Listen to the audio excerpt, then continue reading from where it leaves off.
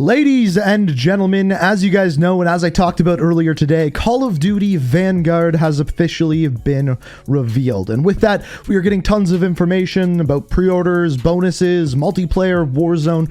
But as you guys know, one of my focuses on this channel is the story of Call of Duty. And I was actually fortunate enough to be a part of a call about a week ago where Call of Duty actually showed us a bunch of the story and campaign details going into Call of Duty Vanguard. They talked about the characters, the overall story, and they even showed us a campaign mission, which is really interesting. So in this video, that is exactly what we are going to be talking about, the campaign for Call of Duty Vanguard, going over what the story actually is for this and some details revolving around that. I'm also going to go in depth with the mission that they showed us, talking about everything that happens in it and what it looks like the campaign is going to look like moving forward and what this means for the campaign of Call of Duty Vanguard. So without further ado, I think the best place to start with this is kind of the background of the story, which is actually the characters. So one thing with this game that they made very clear is that yes, it is based off of history, but it doesn't follow history exactly,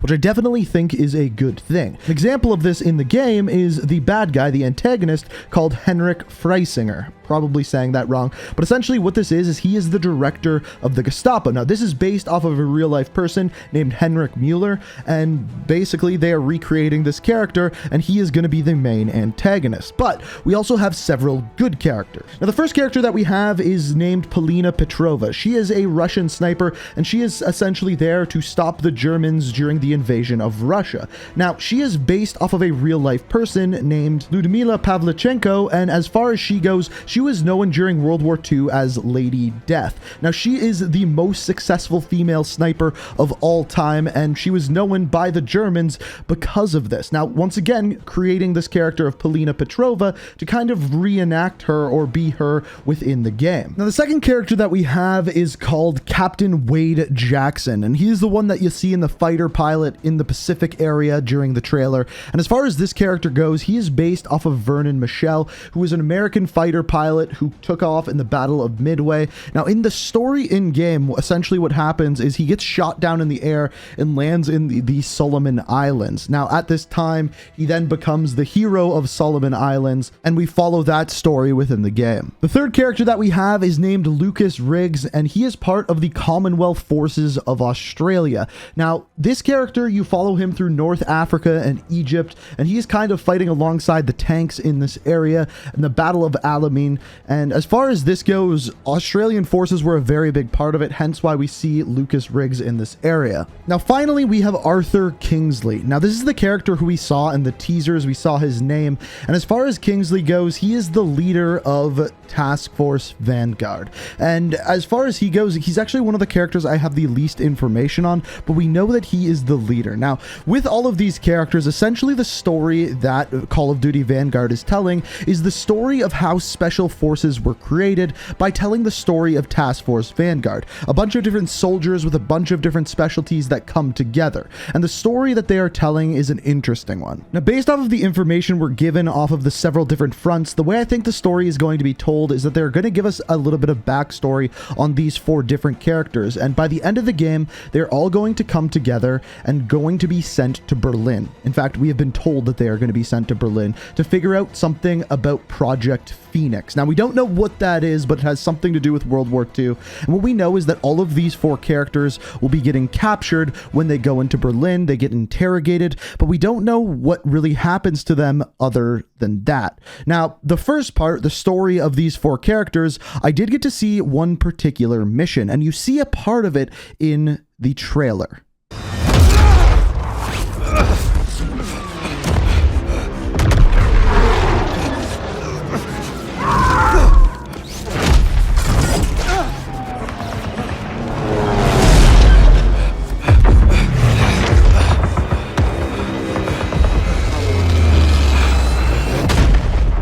So So the mission that we got to see, they told us, was from early on in the game and was Operation Tonga, which was led by Kingsley.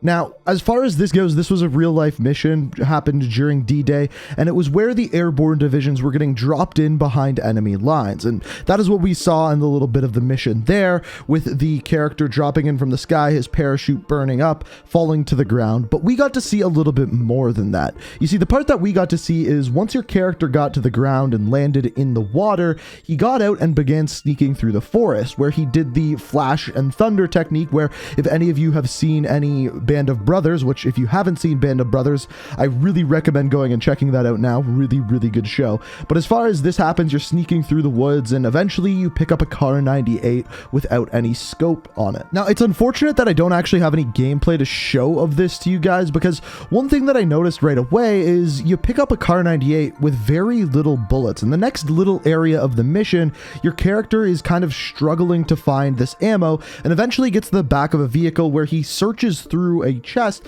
that you actually have to go through and pick up the proper ammo for your weapon. Now, at this point, you go inside of a building and are hiding under some floorboards where the enemies are in.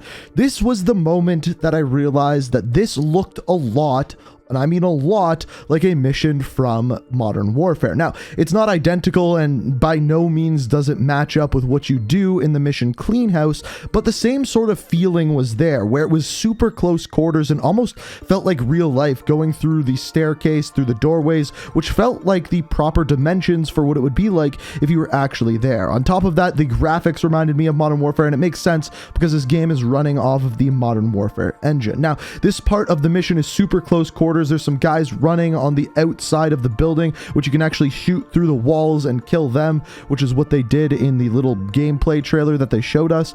But as it moves on further, eventually you go outside. Now, this was the very last scene that we saw of this gameplay, but once again, he was doing the whole flash thunder thing with some sort of soldier who wasn't seemingly responding, and at the very end, the enemy soldier, or what you appears to be an enemy soldier, starts to raise the weapon, and boom, the mission cut out. So we don't know actually what happened, whether it was a friendly soldier or an enemy soldier, but what we do know is that is all we got to see.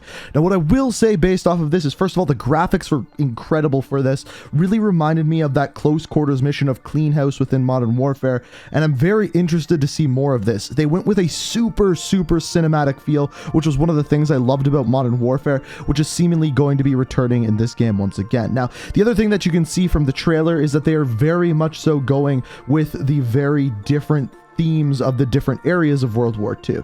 For example, you have the winter in Stalingrad, you have the oceans of the Pacific, you also have the battlefields and deserts in North Africa, which all have a very different feel to them, and somehow this story is all going to come together with that Task Force Vanguard that we saw before, and it's going to be very interesting to see how they tell that story.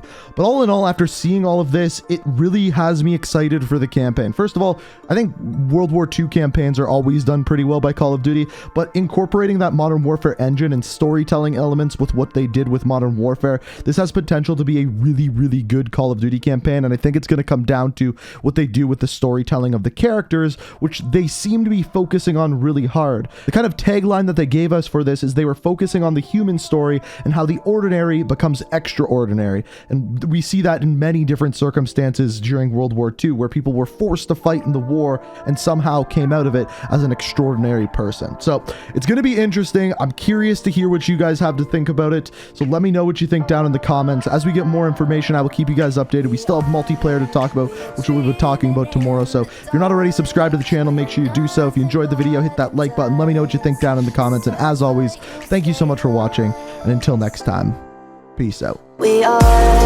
reaching for the stars, but we're making this to us.